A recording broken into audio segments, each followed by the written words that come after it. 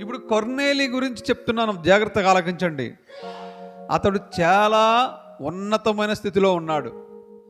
అతడు ఒక శతాధిపతి. అతను అంటే ఒక సైన్యంలో కొంత భాగానికి అధ్యక్షుడు. ఒక మనిషిని తీసుకెళ్ళి జైల్లో వేసేయాలన్నా, దండించాలన్నా, ఏమైనా చేసే అధికారం అతనికి ఉంటుంది. అంత పెద్ద పొజిషన్లో ఉన్నాడు. బోళ్ళంత డబ్బు, బోళ్ళంత అధికారం అతనికి తిరిగి ఉండదు, ఇంకా అతనికి ఎదురు ఉండదు, అతని ముందు ఎవరు నోరెత్తుతాకుండదు. అంత పెద్ద పవర్లు ఉన్నవాడు ఎంత అహంకారంగా, ఎంత పొగరగా ఉండాలి. కానీ అలా లేడు. ఎలా ఉన్నాడంటే అతను చాలా భక్తిపరుడంట. 2, తన కుటుంబం అంతా కూడా భక్తిపరులేనంట. దేవుని యందు భయభక్తులు కలిగిన వారంట తన కుటుంబం అంతా. 3, అతను ధర్మకార్యాలు చేయవాడంట. 4, అతను ఎల్లప్పుడూ ప్రార్థన చేయవాడట.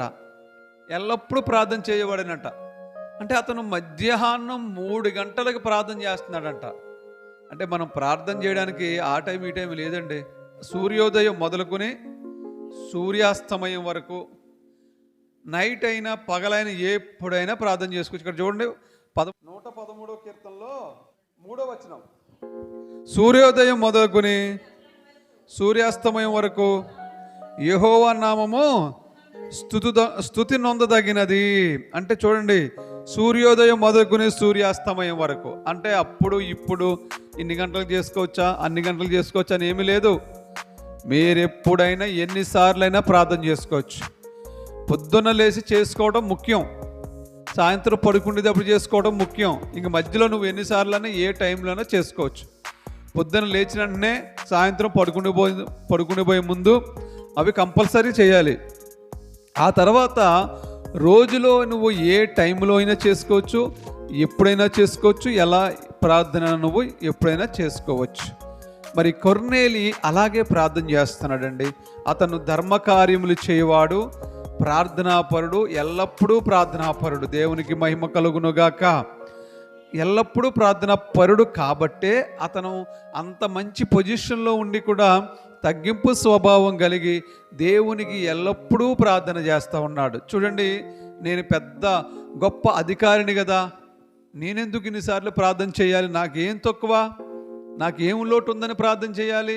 నిజానికి మన సంఘ బిడ్డలు ఏం చేస్తారంటే, మా పిల్లలకి పెళ్ళిళ్ళు అయిపోయినాయి, మా కోడళ్ళు వచ్చేసారు, మా అల్లుళ్ళు వచ్చేసారు, ఇంక అన్నీ అయిపోయినాయి, ఇంక నేను ఒకదాన్నే కదా, నాకు కుదిరినప్పుడు వెళ్తాను, అందేముందిలే అని వారు నచ్చినప్పుడు వస్తారు, అన్నీ తీరిపోతాయి. మరి కొన్నేళ్ళకి అన్నీ ఉన్నాయి.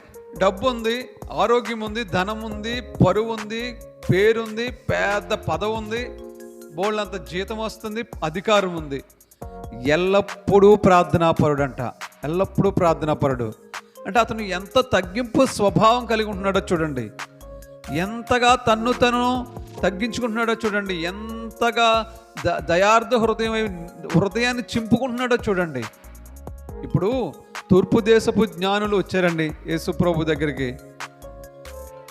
ఆ జ్ఞానులు చాలా గొప్పవాళ్ళు. వాళ్ళు ఎందుకు గొప్పవాళ్ళు అంటే, యేసుక్రీస్తు ప్రభు పుట్టినప్పుడు ఆయన నక్షత్రం కూడా ఆకాశంలో పుట్టింది. ఆ నక్షత్రం పుట్టిందన్న సంగతి ప్రపంచంలో ఎవరికీ తెలియలేదు, వాళ్ళకి మాత్రమే తెలిసింది. ఎందుకు తెలిసిందంటే వాళ్ళు చాలా జ్ఞానవంతులు. ఖగోళ శాస్త్రంలో వాళ్ళు అపర మేధావులు అంట. వాళ్ళ అపర మేధావులు, చాలా పెద్ద వయస్కులు. యేసు ప్రభుకి ఎంత వయసు ఉంది? 2 సంవత్సరాల లోపు.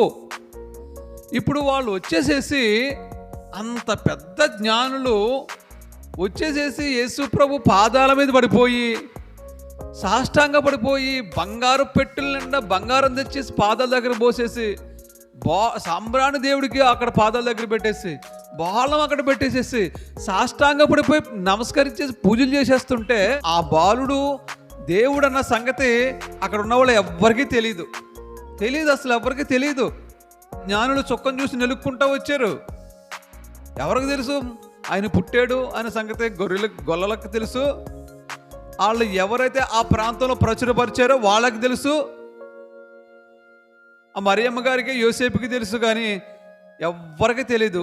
పోనీ ఈ బాలుడు యేసు ప్రభు అన్న సంగతి, దేవుడు అన్న సంగతి ఎవ్వరికీ తెలియదు, అక్కడున్న మరియమ్మ గారికి, యోసేపుకి తప్ప.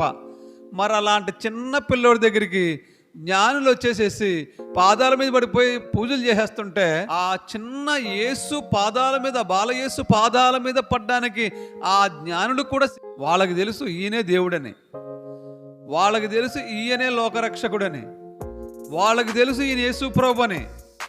పాదాల మీద పడి సాష్టాంగ నమస్కారం, సాష్టాంగపడి పూజలు చేశారు దేవునికి. బంగారంతోనూ, బాళంతోనూ, సాంబ్రాణితోనూ. ఈ రోజున మనకు యేసయ్య మనలో పుట్టితే మనం కూడా కోటీశ్వరులమే. అర్థమవుతుందా? యేసయ్య పుట్టాలి. ఎక్కడ పుట్టాలి? మన ఇంట్లో పుట్టాలి, మన ఒంట్లో పుట్టాలి, మన హృదయంలో పుట్టాలి. చర్చిలో పుడితే సరిపోదు. అర్థమవుతుందా? ఇక్కడ యేసయ్య కొన్నేళ్ళు ఇంట్లో పుట్టాడా లేదా?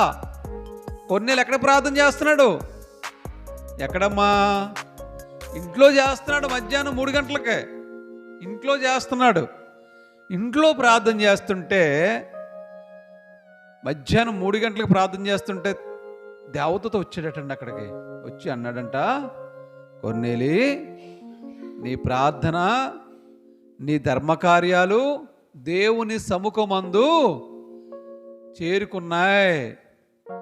ఆయన నన్ను పంపించాడు. ఇప్పుడు నువ్వేం చేయాలంటే, నీకు ప్రార్థన ఉంది, బాగానే ఉంది, ధర్మకార్యాలు చేస్తున్నావు, బాగానే ఉంది, కానీ నువ్వు చేయవలసిన పని ఏంటి తెలుసా? పలానా చోట యొప్పే అనే పట్టణంలో ఒక పాస్టర్ గారు ఉన్నారు. ఆయన పేరు పేతురు అనే మారు పేరు గల సీమోను. ఆయన ఎక్కడున్నాడంటే చర్మకారుని వింటున్నాడు. అంటే నువ్వు వాళ్ళ దగ్గరికి వెళ్ళి ఆ పాస్టర్ గారిని పిలిపించుకుని వాకింగ్ చెప్పించుకో. ఇక్కడ నువ్వు అంటే అతనికి ఏముందంటే, చాలా మంచోడు, ప్రార్థన పరుడు, ధర్మకార్యాలు చేస్తాడు, కుటుంబం అంతా దేవుడు అంటే భయభక్తులు ఉన్నాయి, బోళ్ళంత మంచి జీతం వచ్చే పెద్ద ఉద్యోగం, బోళ్ళంత అధికారం ఉంది, ఎవరినైనా ఏమైనా చేసే అధికారం ఉంది. అంత అధికారం ఉన్న లోబడి జీవిస్తున్నాడు దేవుడికి, చాలా మంచి భక్తిపరుడు. కానీ దేవుడు అతనికి వాక్యం అవసరమై ఉందంట. ఇంత ఉన్నా కానీ అతనికి వాక్యం అవసరమై ఉందంట. అందుకని దేవుడు ఏం చెప్పాడు తెలుసా? కొర్నేలి, యొప్పే పట్టణంలో పాస్టర్ గారు ఉన్నారు, పేతురు అనే పాస్టర్ గారు ఉన్నారు. నువ్వు అక్కడి నుంచి అతను పిలిపించుకుని అతను చెప్పే మంచి మాటలు నువ్వు విను అన్నాడు. అంతే. వెంటనే కొర్నేలు ఏం చేశాడు తెలుసా? ప్రార్థన ఉన్నా కానీ ఏం కావాలంటే చెప్పండి. ఇప్పుడు మీకు ఏం అర్థమైంది? మీరు రోజుకి 7 సార్లు ప్రార్థన చేస్తే మంచిది, ఆశీర్వదిస్తాడు. ఇంకా ఏం కావాలంటే ఎక్స్ట్రాగా అమ్మా, దేవుని వాక్యం కూడా కావాలి. అర్థమవుతుందా మీకు? దేవుని ప్రార్థన ఉండాలి. ప్రార్థన ఉన్నా సరే 7 అంటే కొన్నేళ్ళు చాలా ప్రార్థన పడడం రాయబడి ఉంది అక్కడ. ఎల్లప్పుడూ ప్రార్థన చేస్తాడు. అంటే 3 గంటలకు ప్రార్థన చేస్తాడంటే మనకు అర్థమైపోతుంది. మిట్ట మధ్యాహ్నం 3 గంటలకు ప్రార్థన చేస్తాడంటే మనకు అర్థమైపోతుంది, ఓహో ఇతను ఎన్నిసార్లు చేస్తాడు, రోజుకి చాలాసార్లు చేస్తాడని. పొద్దున్న సాయంత్రం కామనం, మధ్యాహ్నం కూడా చేస్తున్నాడంటే ఇతను ఇంకా ఎక్కువ చేస్తున్నాడు ప్రార్థన. అంత ప్రార్థన చేస్తున్నాడు. దేవుడు అతన్ని ఆశీర్వదించాడు. బోలు డబ్బు, బోలు పవరు, బోలు జనం, బోలు అధికారం, ఏమీ లోట్లేదు అతనికి. బోల ధర్మకార్యాలు చేస్తున్నాడు, దాన ధర్మాలు చేస్తున్నాడు, ఏమీ లోట్లేదు. అయినా సరే దేవుడు ఏమన్నాడంటే, నీకు వాక్యం చెప్పించుకో అన్నాడు వెళ్ళి. అప్పుడు ఇది భక్తిపరుడైన సైనికుని పిలిచాడు. తన ఇంట్లో పనిచేసే 2 మనిషిని పిలిచాడు. మీరు 3 వెళ్ళి యొప్పే వెళ్ళండి, మీరు యొప్పే అనే పట్టణం వెళ్ళండి. అక్కడ పేతురు అనే ఒక పాస్టర్ గారు ఉన్నాడు. ఆయన ఎంట పెట్టుకుని మన ఇంటికి తీసుకురండి, మన కూటమి పెట్టించుకోవాలి ఇక్కడ. దేవునికి స్తోత్రం, హల్లెలూయా.